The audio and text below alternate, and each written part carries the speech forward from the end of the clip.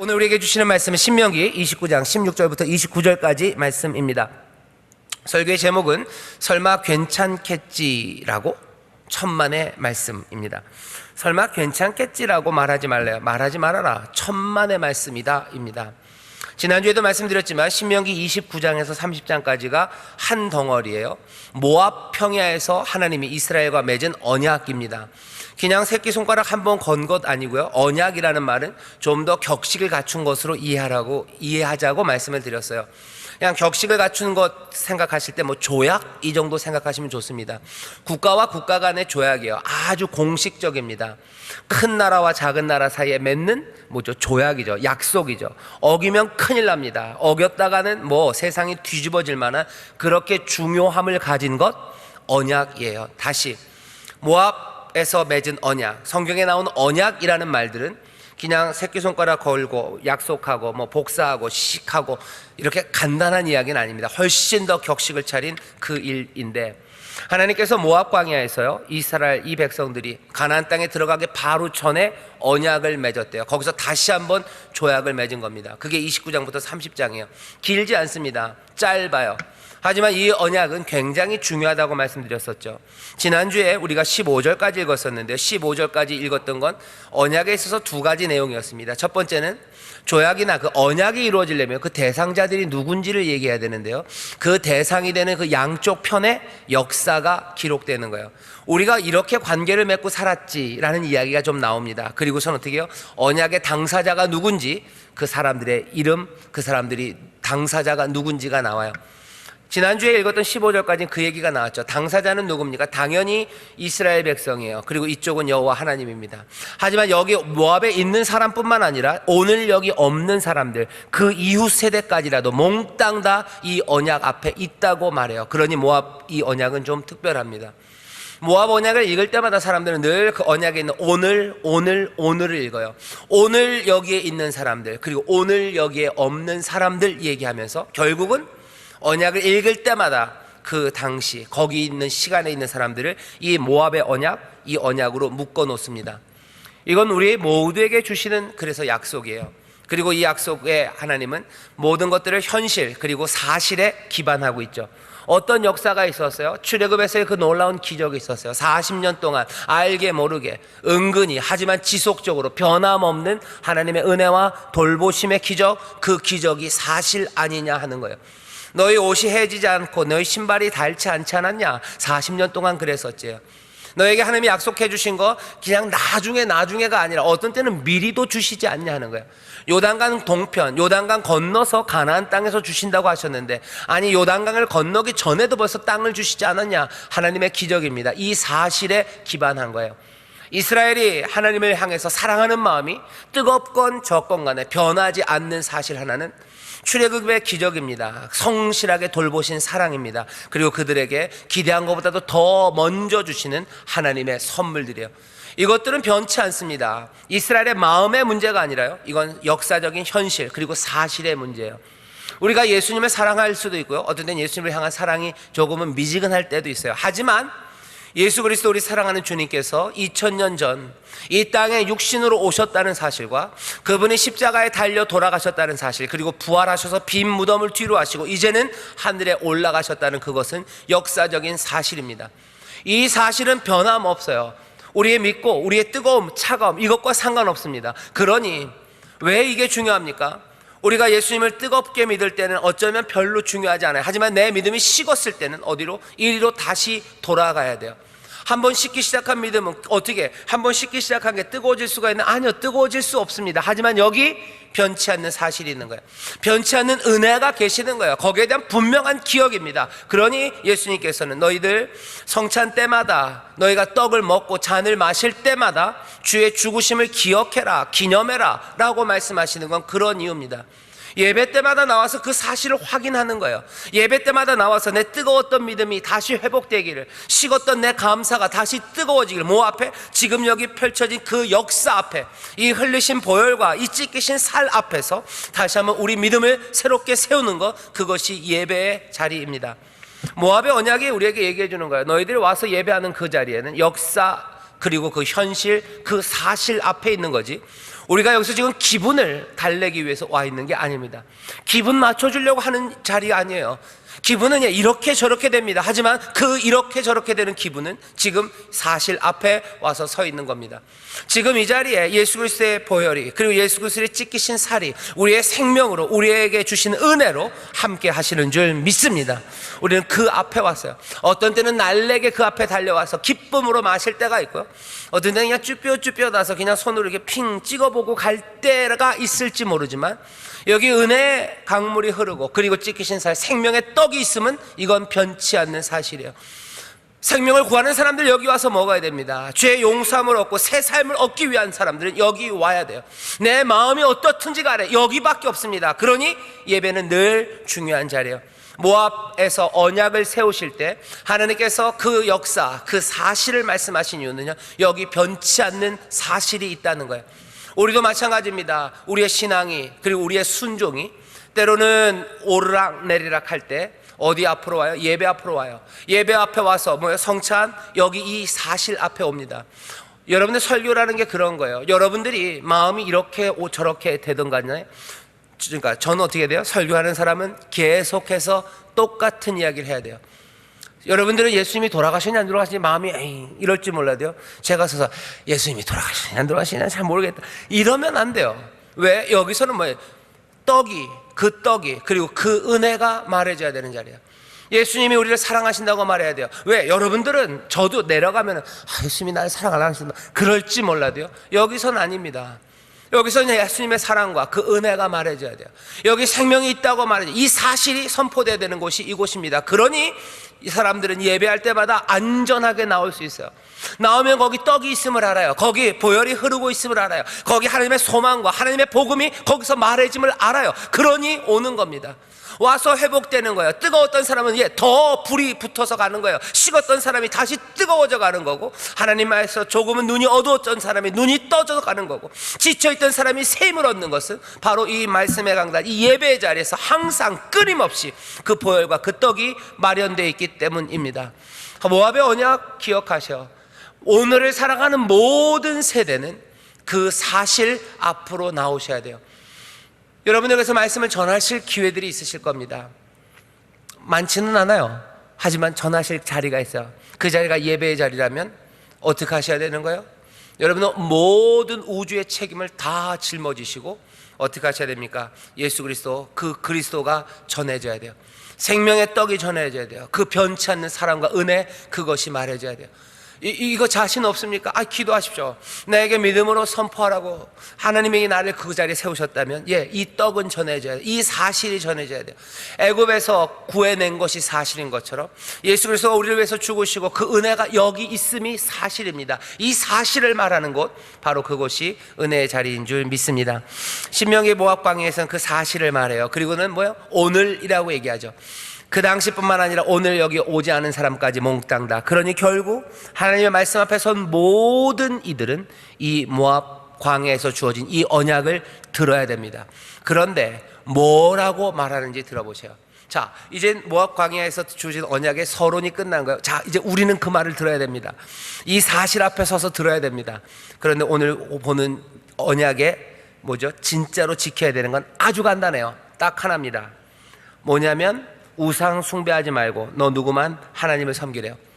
시내산에서 맺었던 언약처럼 그렇게 길지 않습니다. 모압 언약은 짧아요. 왜? 아마 시내산에서 주었던 그 모든 긴 언약의 연결이라고 생각하기 때문이에요. 그러니 시내산에서 이야기를 다시 반복하지는 않습니다. 하지만 그 중에서 가장 중요하다고 생각하고 가장 기본적인 거 하나만 가져다 놔요.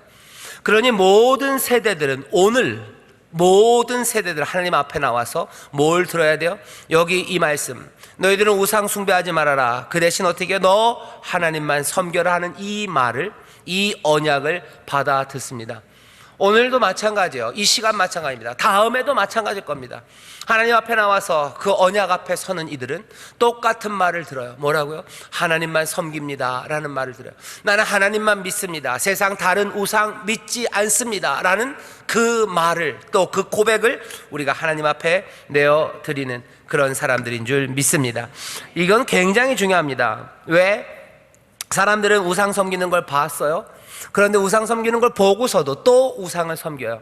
제가 읽겠습니다. 18절입니다. 너희 중에 남자나 여자나 가족이나 집하나 오늘날 그 마음이 우리 하나님 여호와를 떠나서 그 모든 민족의 신들에게 가서 섬길까 염려하며 독초와 쑥의 뿌리가 너희 중에 생겨서 이 저주의 말을 듣고도 심중에 스스로 위로하여 이르기를 내가 내 마음을 강팍케 하여 젖은 것과 마른 것을 멸할지라도 평안하리라 할까 염려함이라.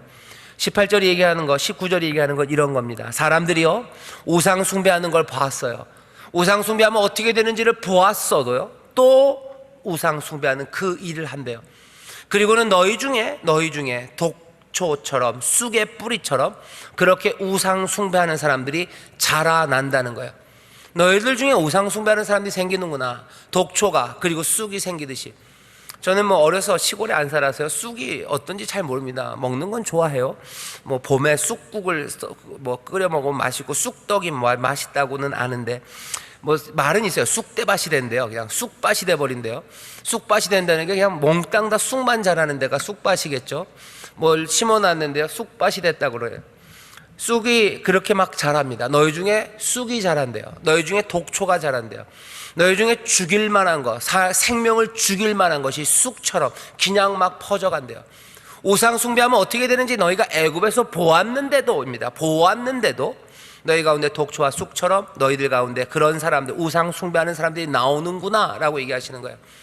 이스라엘 안에 그런 사람들이 나옵니다. 교회 안에 그런 사람들이 있다는 거예요. 믿음의 사람들 안에 우상 숭배하면 어떻게 되는지 너희가 보았는데도 불구하고 그렇게 자란대요. 심지어는 어떻게 됩니까? 이런 저주의 말을, 그러면 안 된다는 말을 듣고도 심중에 스스로 위로하여 이르기를 내가 내 마음을 강팍케 하여 젖은 것과 마른 것을 멸할지라도 평안하리라 할까 염려함이라. 젖은 것과 마른 것을 멸하신대요. 이 얘기는 뭐예요? 젖은 것 마른 거면 몽땅 다입니다. 젖은 거든지 마른 거든지죠. 그러니까 사람은 이렇든지 저렇든지요. 악한 사람이든지 아니면 의로운 사람이든지 아니면 우상을 숭배하든지 여호와를 섬기든지 아니면 기쁜 사람이든지 슬픈 사람이든지 부자든지 가난한 사람이든지 젖은 자든지 마른 자든지 몽땅 다 하나님의 심판과 저주 아래서 괴로워할 때에라도 자기는 어떻게 한대요? 마음을 강팍하게 해서 나는 평안하리라 하고 말할 거래요. 다른 사람들 다 잘못돼도요 재앙이 그렇게 임해도 나는 평안하기를 바라는 사람이에요. 왜? 아니 어떻게 이럴 수 있습니까? 이 사람은 우상 숭배하는 사람이에요. 우상 숭배하는 사람들 쑥같이 너희들 가운데 많을 거예요. 걔네들 하는 거 보면 하나님의 재앙이 임해도 얘네들 아무 생각 없대요. 하나님의 재앙이 어쩌면 그 사람 때문에 임했는데도, 그래서 여기가 몽땅 다 젖은 자나 마른 자나 다 힘들어하고 괴로워하는데도 자기는 평안할 수 있을 거라고 말한답니다. 하나님은 뭐라 그러셔? 이런 사람들은 내가 가만두지 않겠다 얘기하셔요. 20절입니다. 여호와는 이런 자를 사하지 않으실 뿐 아니라, 여호와는 이런 자를 사하지 않으신다는 거예요.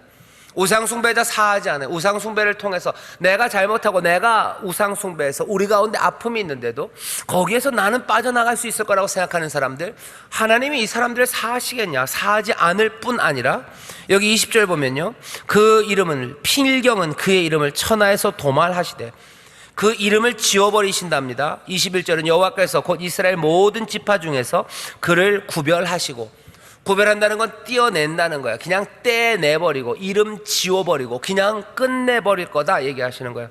이 율법책에 기록된 언약의 모든 저주대로 그에게 화를 더하시리라 말씀하십니다.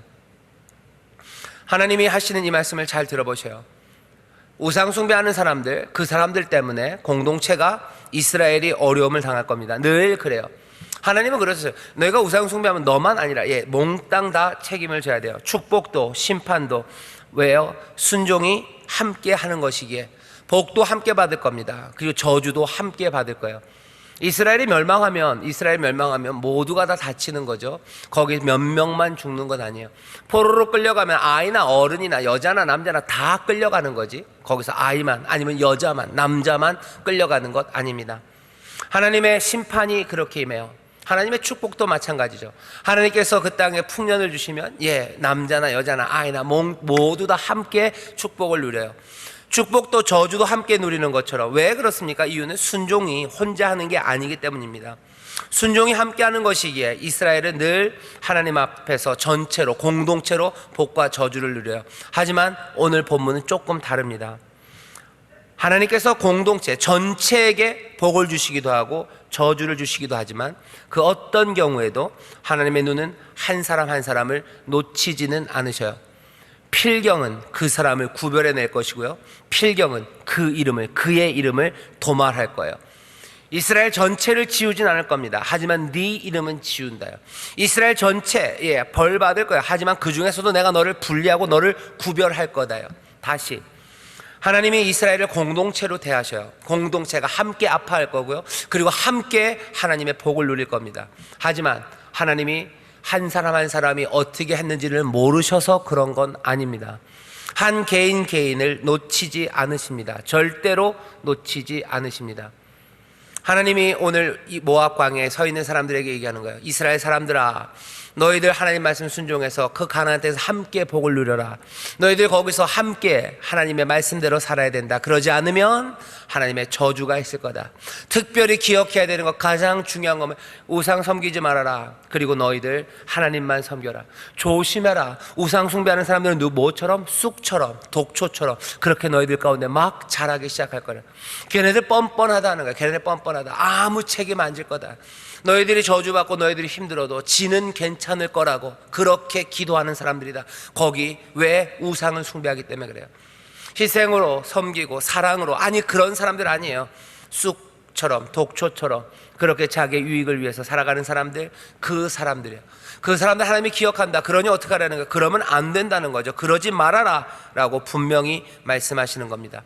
모압 광야에 서 있는 사람들은 우리 모두라고 그런다면 다시 한번 우리가 예배 때마다 어쩌면 축약된 형태로 하나님의 말씀 앞에 설 때마다 기억해야 되는 것은 우리가 우상 말고 하나님만을 섬겨야 돼요. 또 하나 기억해야 되는 건 우리 가운데 쑥처럼 그리고 또 독초처럼 자라나는 우상 숭배자들이 있다는 거예요. 하나님은 이 사람들 그냥 두지 않으십니다. 분명히 기억하십니다. 복과 은혜를 같이 누릴 겁니다. 저주, 아픔도 같이 맛볼 겁니다. 하지만 하나님이 그들을 분명히 기억하셔요. 도말하시고 구별하시고 분리하신다고 하십니다. 언제일까? 그건 우리가 모릅니다. 제자들이 나중에 그러죠. 예수님의 제자들이, 예수님 가라지를 뿌렸습니다. 어떻게 합니까? 놔둬라 아버지가 정리하실 거다라고 얘기하셔요. 아버지가 분리하시는 날, 아버지가 도말하시는 그 날이 있을 겁니다. 이 얘기는 뭐예요? 모르시는 거 아니에요. 아십니다. 하나하나 그 눈에서 벗어나 있지 않습니다. 그 다음에 이야기는 저주의 이야기예요. 근데 이 저주의 이야기는 뭐가 있어야 돼요? 사실은 우상 숭배 안 하고 하나님만 섬기면 무슨 복을 받는지가 나와야 돼요. 근데 오늘 보면 이 모압의 언약에는 안타깝게도 이 말씀대로 살면 어떤 복을 받는지의 이야기는 없습니다. 어쩌면 그래서 조금은 슬퍼요. 어쩌면 슬프고요. 그래서 어쩌면 이 모압의 약속이 언제 주어졌는지 우리는 좀 눈치를 챌 수 있어요. 모압 광야라고 하지만 어쩌면 모압에 올 때도 이스라엘이 많은 실패를 하고 여기 온 겁니다. 40년의 실패 끝에 여기 온 거고요. 또 많은 사람들이 이 말씀이 읽어진 것은 언제냐면, 더 감동적으로 읽어진 건 이스라엘이, 그 유다가 패망하고 포로로 잡혀간 그 이후에요. 이 말씀을 읽는 사람들은 누구냐면요, 그래서 실패를 경험한 사람입니다. 처절한 실패를 경험한 사람이에요. 자신들이 얼마나 잘못했고 하나님께서 약속하신 그 징벌이 자기들한테 내렸음을 아는 사람들이에요.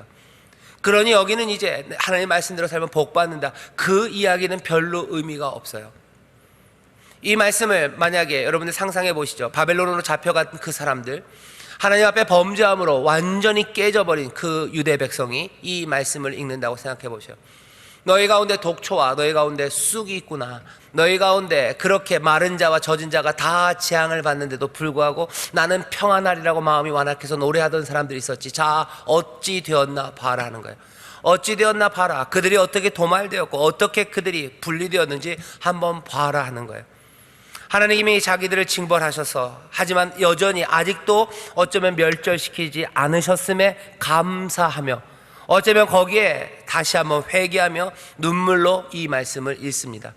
거기에는 아마 복에 대한 이야기는 그리 필요 없을 거예요. 하나님이 우리에게 준 이 아픔이 무엇인지, 이 아픔 가운데도 우리를 보존하시고 우리로 이 앞에 말씀을 듣게 하시는 것, 그것에 감격하며 눈물 흘리며 이 말씀을 읽었을 겁니다. 왜? 실패한 사람들이기 때문에 그래요.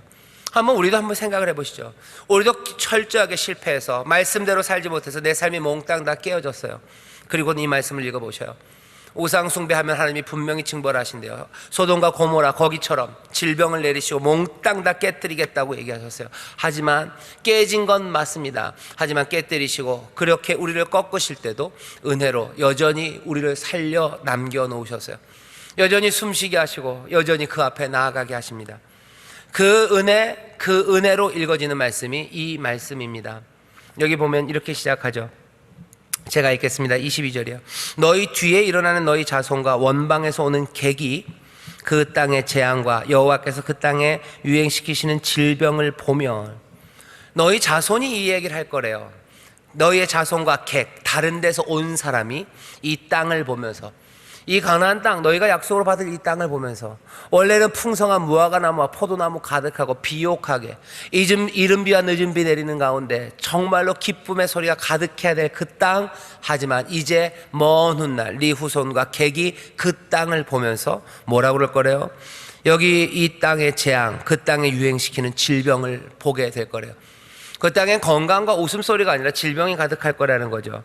온 땅이 유황이 되며 소금이 되며 또 불에 타서 심지도 못하며 결실함도 없으며 거기 아무 풀도 나지 아니함이 옛적에 여호와께서 진노와 분한으로 회멸하신 소돔과 고모라와 아드마와 스보임의 무너진 것 같음을 보고 말할 것이요. 소돔과 고모라가 불타고 그냥 그렇게 망하고 황폐해진 것처럼 이 땅이 그렇게 황폐해진 것들을 보고 말할 거라는 거죠. 이 땅은 왜 이렇게 됐습니까? 라고 물으면 너네들은 뭐라고 대답해야 돼요? 슬픈 대답이죠. 우리가 범죄했기 때문이라고. 우리가 하나님의 말씀대로 살았으면 이 땅이 비옥한 젖과 꿀이 흐르는 땅, 기쁨과 감사가 가득했어야 될 그 땅이 이제 이렇게 황폐하게 된 것은 우리의 범죄함이라고 그렇게 대답해야 된답니다. 25절입니다. 그때 사람이 대답하기를 그 무리가 자기의 조상의 하나님 여호와께서 그 조상을 애굽에서 인도하여 내실 때 더불어 세우신 언약을 버리고 가서 자기들이 알지도 못하고 여호와께서 그들에게 주시지도 아니한 다른 신들을 섬겨 그에게 절한 까닭이라.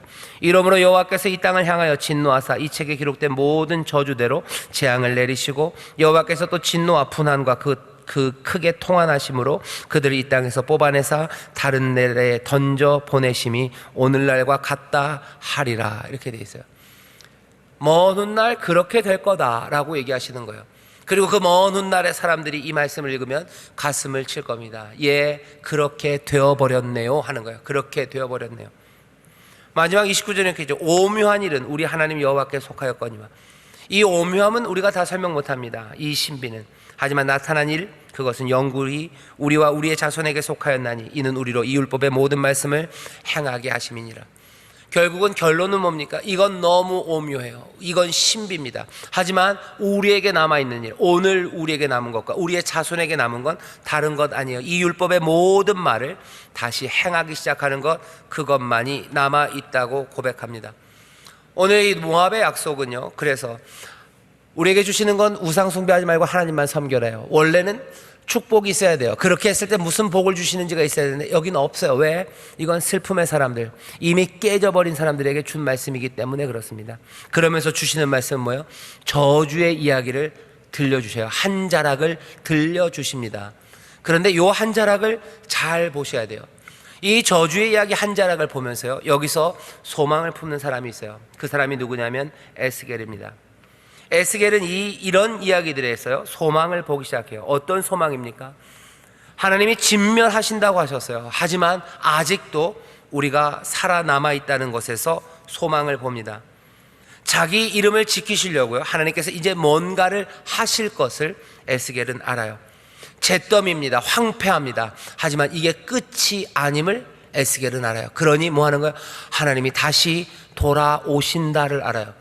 그 성전이 황폐해지고 하나님의 영광은 떠났지만 하나님의 영광이 다시 오기 시작하시고요, 그 성전 문틈에서부터 뭐요? 생명수, 그 강이 하나씩 물이 흘러올 것을 에스겔은 봅니다. 그 물은 흘러갈 거예요. 점점 더 발목에서 무릎으로 허리로, 그리고 모든 이들이 헤엄칠 만한 물이 되어서 그 강이 흐르는 곳곳마다 생명나무들이 자라나기 시작하고 생명이 꿈꾸고 다시 퍼져나가기 시작할 것, 그것을 에스겔은 봅니다. 이 사실을 보는 사람들만, 여호와의 백성들, 깨져버린 백성들은 뭐예요? 다시 일어날 수 있어요. 오늘 우리가 이 말씀을 읽으면서 요 이스라엘 녀석들 고소하다, 꽃이다 라고만 읽을 수 없는 것은 이 사람들이 그렇게 포로로 잡혀가서 이 성경을 읽으며 눈물 흘렸던 것처럼 우리도 이 말씀을 읽으면서 눈물 흘리는 자리에 있기 때문에 그렇습니다. 우리가 늘 순종함으로 하나님의 영광과 그 은혜만 누리고 산 게 아니기 때문에 그래요. 우리 안에 있는 이 쑥과 독초 같은 우상 숭배자들이 우리일 수도 있고요, 아니면 이 쑥과 이 독초들의 마음 빼앗겨서 이들과 동조하고 그래서 소망을 잃어버리고 가야 될 길 그 길 가지 못하고 죄인들의 길에, 그리고 오만한 자의, 악한 사람들의, 그리고 허망한 것에 내가 넘어져서 내 삶이, 우리의 가정이, 이 나라 이 민족이, 때로는 교회가 그렇게 아픔 가운데 있는 사람들이 지금 이 말씀을 읽는 거예요. 몽땅 다 우리가 다 제대로 순종해서 모두가 다 그 가나안 땅의 풍요로움 그 가운데 이 모압의 약속을 읽는 게 아닙니다. 그러니 이 말씀은요, 슬픔의 이야기예요. 가슴 아픈 이야기입니다. 그냥 조금 이야기하자면, 그래 그래도 죽진 않았네, 그래서 다행이네. 아예 죽이시지는 않았네, 그 정도? 아니, 그것만은 아니에요. 하나님이 진멸하신다 하시더니 진멸하지는 않고 그냥 좀 남겨두셨네, 그것도 은혜입니다. 그죠? 조금 양보하신 거죠. 하지만 에스겔은 거기서 끝나지 않아요. 조금 양보하신 것에서 끝나지 않고요, 하나님은 어디서 그런 용기와 꿈이 나타났는지, 하나님은 자기의 이름을 위해서요 다시 이 일을, 새 일을 행하실 것, 여기 황폐한 곳에서 자기의 이름을 지키시려고 하나님께서 새 일을 행하실 것, 그것을 꿈꾸기 시작합니다.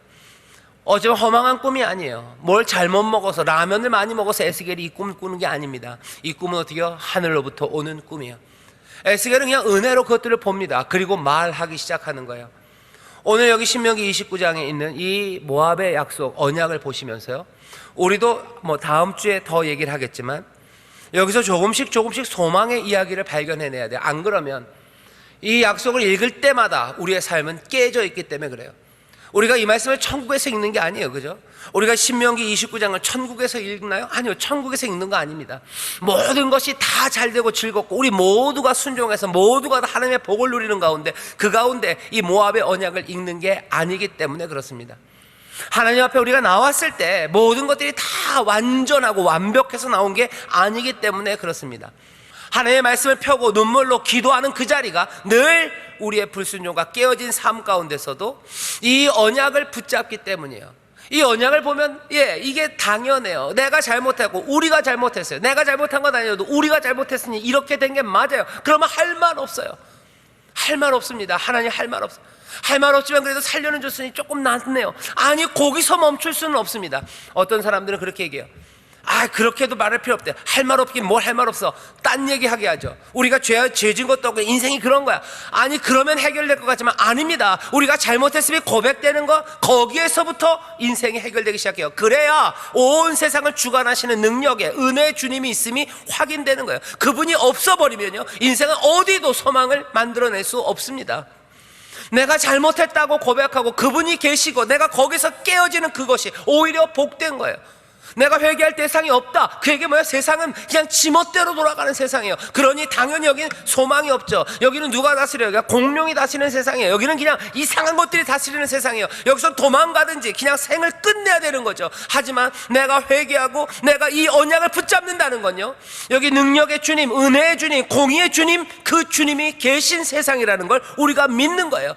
그러니 회개하는 사람이 복이 있습니다. 내가 잘못해서 이렇게 된 거예요 라고 말하는 게 절망이 아닙니다. 적어도 이 언약 안에서는 그래요. 이 언약 안에서는 그래요. 내가 잘못했습니다. 내가 잘못해서 깨어진 게 맞네요. 하나님 그래도 진멸시키지는 않으셨네요. 그 다음에 나가야 되는 건 어쩌면 에스겔의 환상이에요. 에스겔이 보는 소망입니다. 하늘에서부터 들려지는 말씀이에요. 여기서 내가 다시 회복될 수 있는 하나님의 영광과 하나님의 은혜가 여기 또 있다는 것이 누구를 통해서? 선지자들을 통해서 주어집니다. 하지만 선지자를 통해서만은 아닙니다. 오늘 이 모압의 언약 이 안에 하나님이 우리에게 주시는 놀라운 회복과 그리고 또 다시 한번 시작하게 하시는 하나님의 은혜의 이야기, 회개를 통해서 다시 회복되는 그 약속이 이 모압의 언약에 아예 들어가 있어요. 하나님이 약속하시는 그 자리에서 그렇게 얘기하십니다.